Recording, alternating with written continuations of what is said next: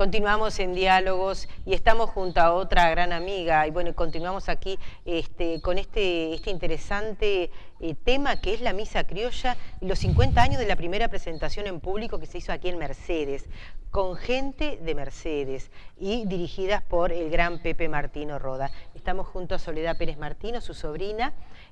Muchas gracias por haber aceptado nuestra invitación, que además cantaste con Pepe. ¿Cómo era Pepe? No, pero yo primero quiero agradecerte que me hayas invitado. Agradecerte que lo recuerden y que lo recuerden con tanto afecto. Se lo merece.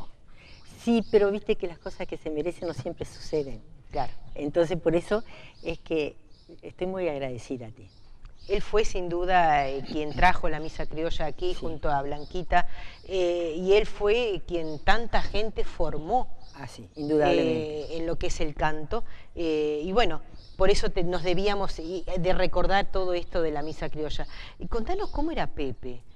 ¿Cómo era? Porque, o sea, conocíamos un Pepe sobre el escenario, claro, pero por allí había otro Pepe internamente en su casa, con su familia. Era un artista porque no solo tocaba el piano y preparaba gente, sino que también incursionó en otros artes. Él pintaba, él hacía cerámica, enseñó a muchos pianistas que hicieron carrera, cantantes.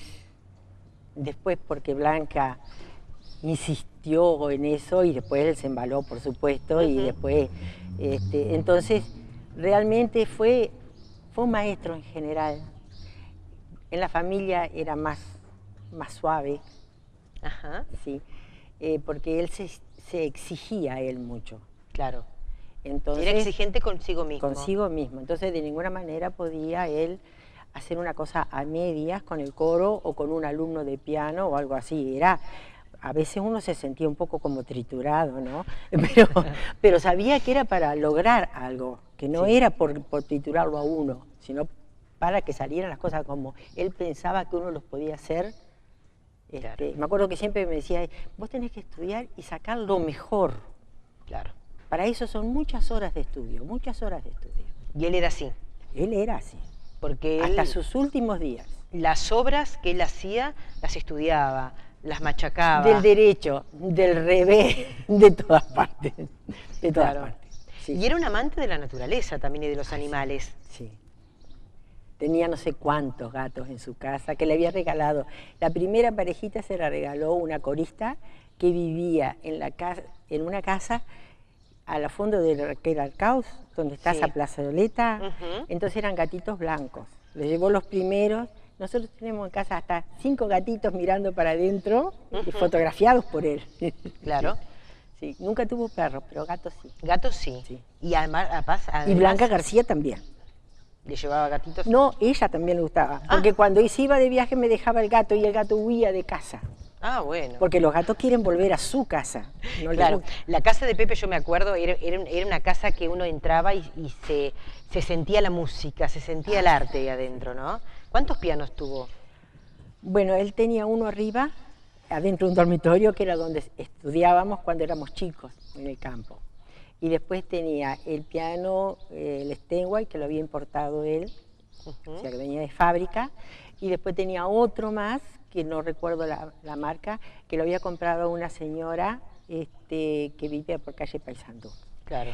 Esos pianos, el segundo, el que le compró a esa señora, está en la catedral, preciosamente cuidado, lo compraron en el remate.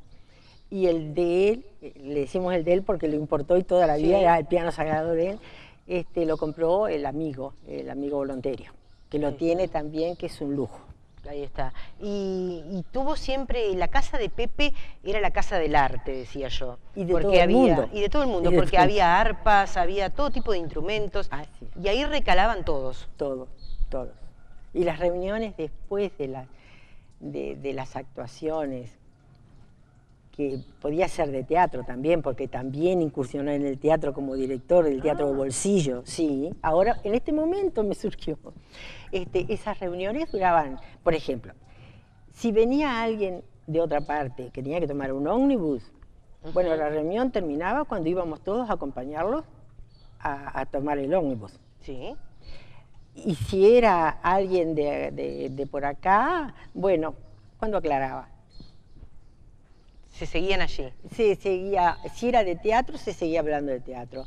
Si era de música, se seguía haciendo música. Cantando. Y tocando el piano y bailando, porque podían ser bailarines también los que vinieran.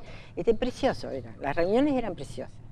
¿Y qué te contó él? Por ejemplo, no me acuerdo quién era, que Pepe tenía como un sartén de adorno arriba de la chimenea, que tenía 3 caras, y lo golpeaba y decía, yo quiero que acá le pongan algo, decía el sartén.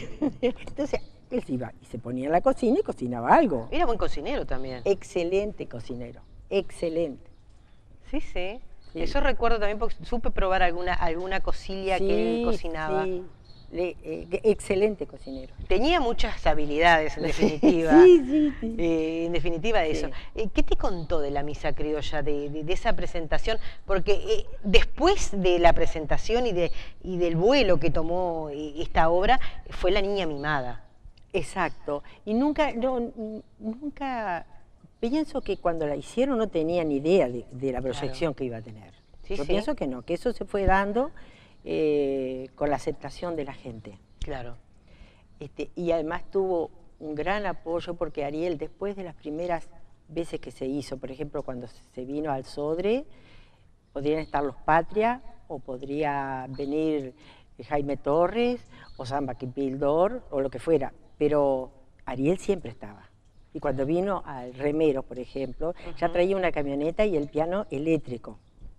Porque viste que cuando vos vas, algunos pianos están muy bien y otros no muy bien. Entonces, al final tenía un piano en la camioneta, que venían todos los músicos, todos los instrumentos, y traían ese piano.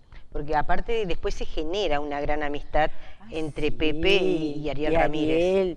Y el Chango Farias Gómez, y bueno, Domingo Cura, que siempre fue el más grande de la percusión en la Argentina, que también es fallecido. Claro. Recuerdo que lamentablemente, bueno, tanto Ariel Ramírez como Pepe fallecieron porque había un proyecto ahí, lo supimos cuando fuimos con la Embajada Cultural de Soriano a Buenos Aires, había un proyecto de presentar la Misa por la Paz, de que Pepe hiciera la Misa por la Paz en Mercedes con Ariel Ramírez. Claro, y bueno, eso quedó en después el debe. Sucedieron todas las cosas y bueno, eso quedó en el debe, ¿no? Sí, quedó en el debe.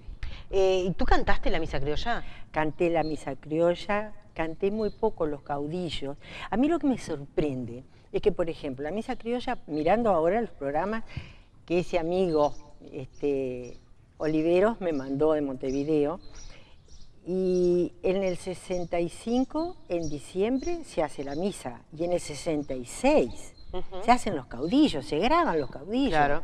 Y entre medio, que Pepe tenía una cantidad de actividades más, como era acompañar a Fernando Asunzabio y a Nené, que iban al Día Mundial de Folclore a los teatros en Buenos Aires y todo lo demás. Y era otra actividad que no le podía fallar a Fernando y a Nené. Claro. Y siempre estaba. Y siempre estaba. Para él la música era su vida. Ah, sí.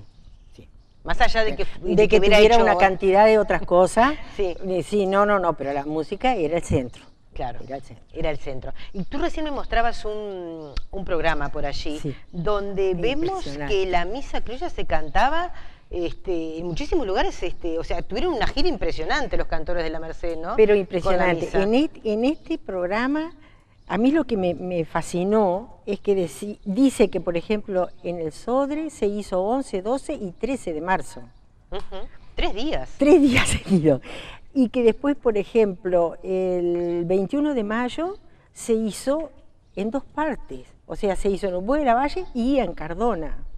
Cosas que a lo mejor en ese momento lo supe. Ahora me maravillo cuando lo veo escrito. Claro. Eran otros tiempos también. Eran tiempos en que Uruguay tenía cantidad de coros también.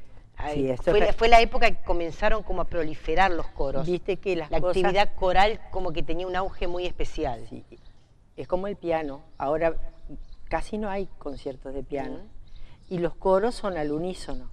Casi no hay coros polifónicos. Y dentro de unos años resurge todo. Claro. Dentro de unos años resurge. Pero en este momento no. Claro. Pero sin duda que bueno, que el coro de la Merced y la misa criolla marcaron una época. Cobijó a mucha gente, porque yo me acuerdo de don Arturo Rossi, que yo pienso que él estaba en su trabajo de la mueblería, y se entusiasmó con esto, y él, lo instrumento, maestro, lo instrumento, que lo cuidaran bien a ponerlo en la parte baja del ómnibus para salir, todo eso. El otro, Carlito Melián, ¿Sí? que vino por Pluna, Claro. y también se puso. Después el maestro, ayúdame, Mañay. Mañay, El maestro Ricardo. Mañay, Ricardo. Y después, bueno, los Patria, todos, Claro. que no sé cuántos son 3 o 4. Porque, Sí. y después cuando iba a diferentes lugares, hay claro, pero lo que pasa es que ellos eran vinculados por Fernando Asunzao, que los hacían con otros conjuntos también. Ahí está. Sí. Bárbaro. Soledad, ya venimos, vamos a seguir el diálogo con el doctor Hugo Vázquez y con Manuel Saldúa. Ya venimos y continuamos en diálogos hablando sobre la misa criolla, recordando a los cantores de la Merced y a Pepe Martino Rodas.